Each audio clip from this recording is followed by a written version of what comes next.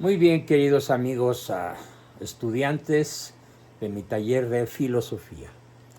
Me dirijo a ustedes en esta ocasión para transmitirles la lección 0024, a la cual vamos a titular El alma.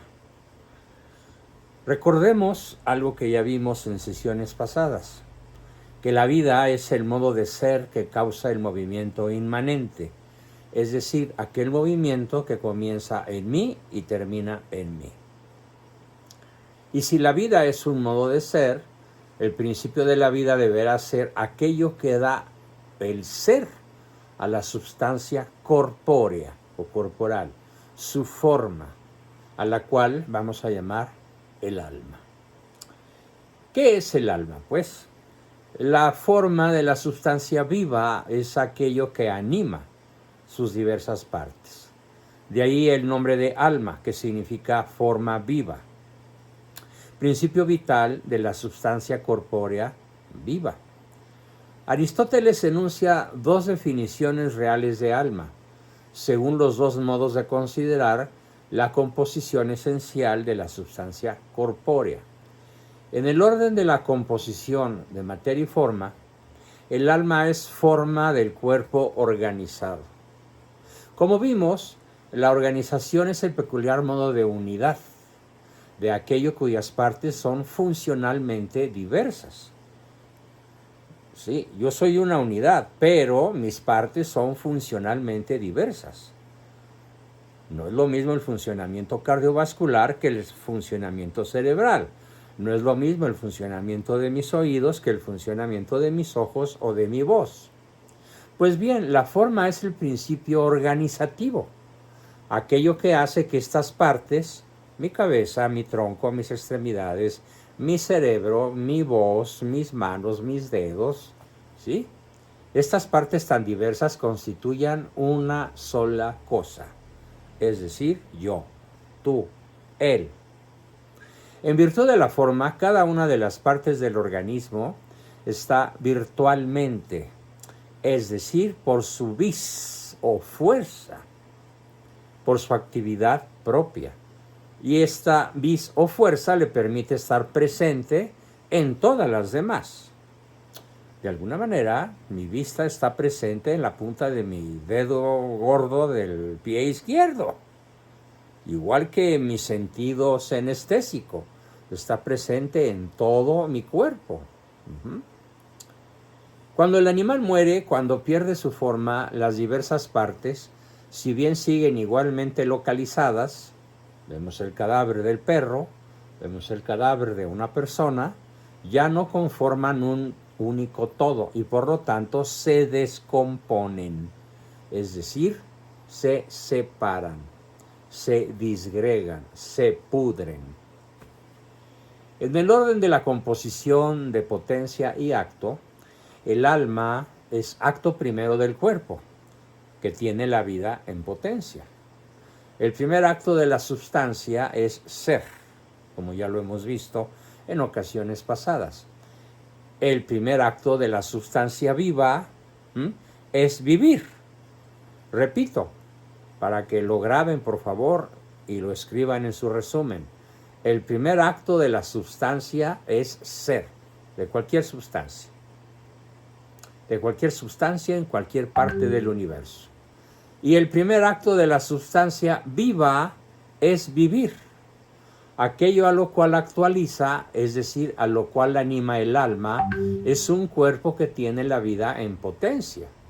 Esta potencialidad no significa que haya un cuerpo sin vida cronológicamente anterior a la sustancia viva, no. Significa que para que haya vida, la materia debe estar dispuesta de tal modo, ¿sí?, que sea apta para recibir la vida y conservarla. Es decir, la materia debe estar organizada. Por eso quitarle la vida a un animal consiste siempre en destruir partes de su cuerpo en una medida suficiente como para impedir su organización en el todo, haciendo que este cuerpo sea ya incapaz de sustentar la vida. Como toda forma, El alma es también principio perfectivo y principio de unidad de la sustancia viva. Y así como la materia es principio de limitación y de composición, la forma viva, por su parte, siendo el modo más perfecto de la forma sustancial, ojo, es simple e inmaterial en grado eminente. Repito, así como la materia es principio de limitación y de composición, la forma viva, por su parte, siendo el modo más perfecto de la forma substancial, es simple e inmaterial en grado eminente. En virtud de estas propiedades, el alma está presente en cada una de las partes de la sustancia viva, ordenando la respectiva actividad al todo del cual son partes. Esta perfección del alma admite diversos grados, los cuales determinan a su vez los diversos grados de vida, que son al mismo tiempo grados de inmanencia, de perfección, de unidad y de inmaterialidad de la misma sustancia viva. El primero de los criterios del cual derivan todos los demás es la inmanencia. Veamos, los grados de vida. Lo propio, pues, de la vida es el movimiento inmanente, aquel que comienza en el sujeto vivo, en el ente vivo, y termina en él. Pero la inmanencia admite diversos grados, a partir de los cuales es posible distinguir diversos grados de vida, y por lo tanto, diversos tipos de alma. No es lo mismo el alma de un perro que el alma de una persona, o el alma de una bacteria viva. La cuestión resulta clara a través de una sucesión progresiva de ejemplos. Veamos, si en el preciso instante en el que usted está leyendo esta línea, la ventana que tiene al lado estallara en pedazos y cayera junto a sus pies una piedra, parece sensato pensar que su reacción espontánea, sea cual sea, no consistirá en increpar a la piedra por interrumpirle en su lectura, aun cuando sin duda alguna fue la piedra la que rompió el vidrio. El problema es que el acto de la piedra, volar y romper el vidrio, no le pertenece a la piedra, sino a aquel que la lanzó. Por eso a la pregunta de ¿quién rompió el vidrio? Parece absurdo contestar la piedra. De modo semejante, si las raíces del plátano oriental de la vereda de enfrente comienzan a romper el pavimento, deberá usted dirigirse a la municipalidad, no al árbol, para pedirle que deje de romper la banqueta. La diferencia es que esta vez el acto de romper la vereda sí pertenece al árbol, aun cuando el pobre vegetal no podría hacer otra cosa más que crecer y romper el concreto de la vereda, de la acera, del pavimento.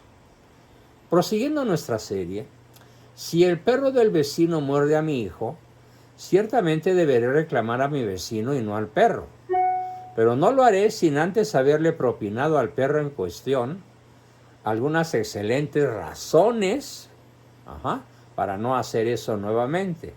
En efecto, morder a un niño es algo que el perro hizo y no simplemente estamos hablando de algo que le sucedió al niño o al perro, no, sino algo que el perro hizo. Finalmente, si es el vecino quien muerde a mi perro, entonces será él personalmente quien deba responder por el acto y reparar el daño causado, si es que pudo causar daño. El acto en cuestión es plenamente suyo. Existe sola y exclusivamente porque él así lo quiso. Podemos distinguir entonces, en primer lugar, entre actos meramente transeúntes, como el mover y ser movido de la piedra, y actos más o menos inmanentes, que son los actos de los entes vivos. De este modo, un primer grado de inmanencia, propio de la vida vegetativa, consiste en ser principio de los propios actos. Esto quiere decir que el árbol no es crecido, sino que crece desde sí mismo. Pero dadas las circunstancias adecuadas, no puede hacer otra cosa más que crecer. Es decir, se mueve en cuanto es movido por agentes externos que actúan sobre él. El agua, el sol, la temperatura, el tipo de tierra, etc. En segundo grado, propio de la vida sensitiva, consiste en ser principio de los propios actos con conocimiento del fin. Tito Livio, el perro, se mueve desde sí mismo hacia algo que percibe como conveniente, es decir, como un fin, pero se mueve hacia ello de modo necesario. Es decir, se mueve porque es movido por un fin y no se puede detener. Su acto, por lo tanto, es más propiamente suyo, si bien la moción del fin aún es algo que padece y a lo cual no podrá sustraerse. Es en cierta forma lo que llamamos instinto. Finalmente, el tercer grado consiste en la perfecta inmanencia del acto, donde el sujeto se mueve sin ser movido. En este caso, el sujeto es principio de sus actos con conocimiento formal del fin.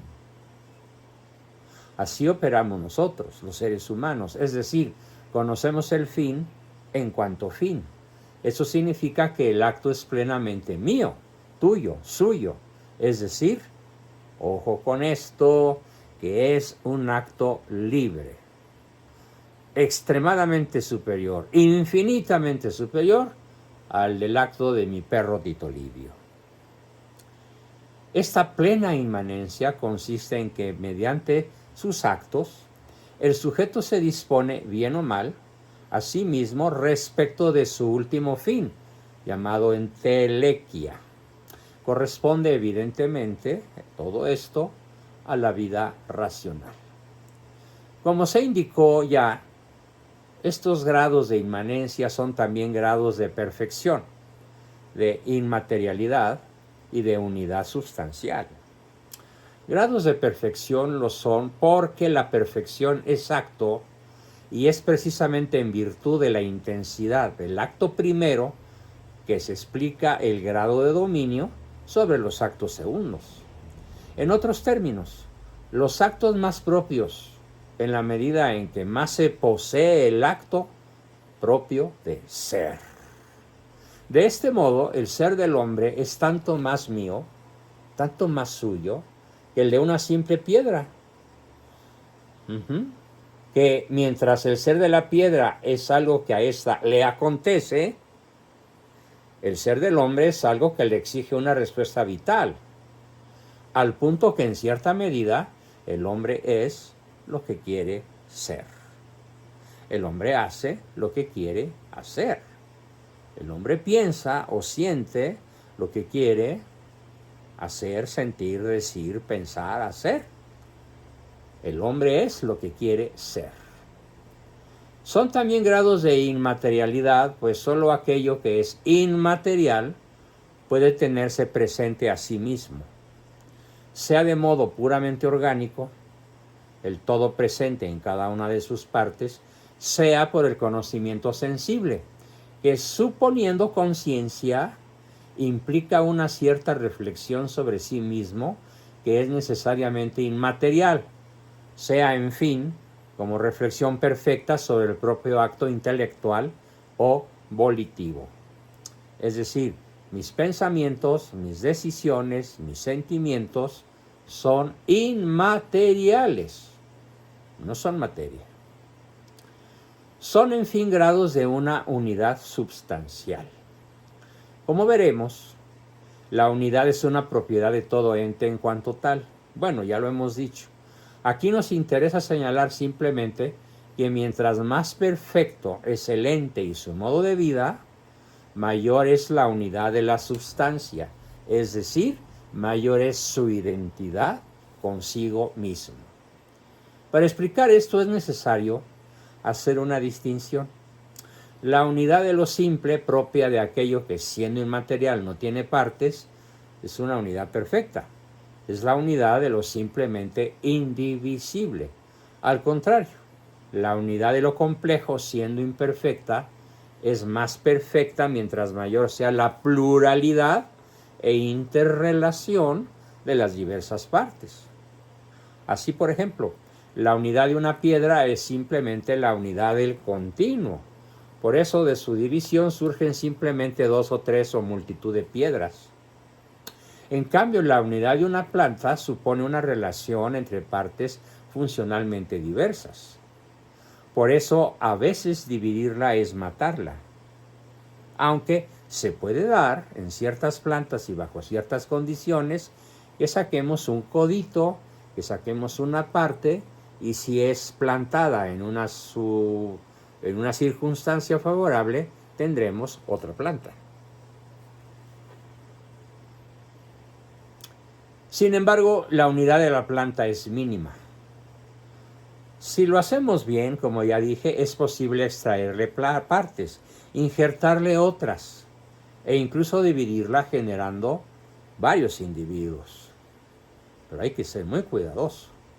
La unidad de un animal, en fin, es tanto más intensa cuanto más compleja sea el animal. Esto quiere decir que de una pata de perro no podemos hacer lo mismo que la planta, es decir, sacar una patita de perro o un perrito, cosa absolutamente imposible. Así, por ejemplo, la unidad de un gusano es ciertamente mucho menor a la unidad de un hipopótamo, el cual jamás podría reproducirse por simple división, como si el gusano. Siendo capaz de sentir lo que sucede en cada una de sus partes, el animal tiene presente toda la complejidad de su organismo en un único acto de percepción, en un único acto de autopercepción. Del mismo modo, en ciertas partes proporcionalmente mínimas del cuerpo está virtualmente presente toda la sustancia. Por eso, por ejemplo, vas a extraer 2 milímetros bien escogidos del cerebro de una ballena azul para que toda ella simplemente deje de ser. El modo más alto de unidad en la vida sensitiva es la salud,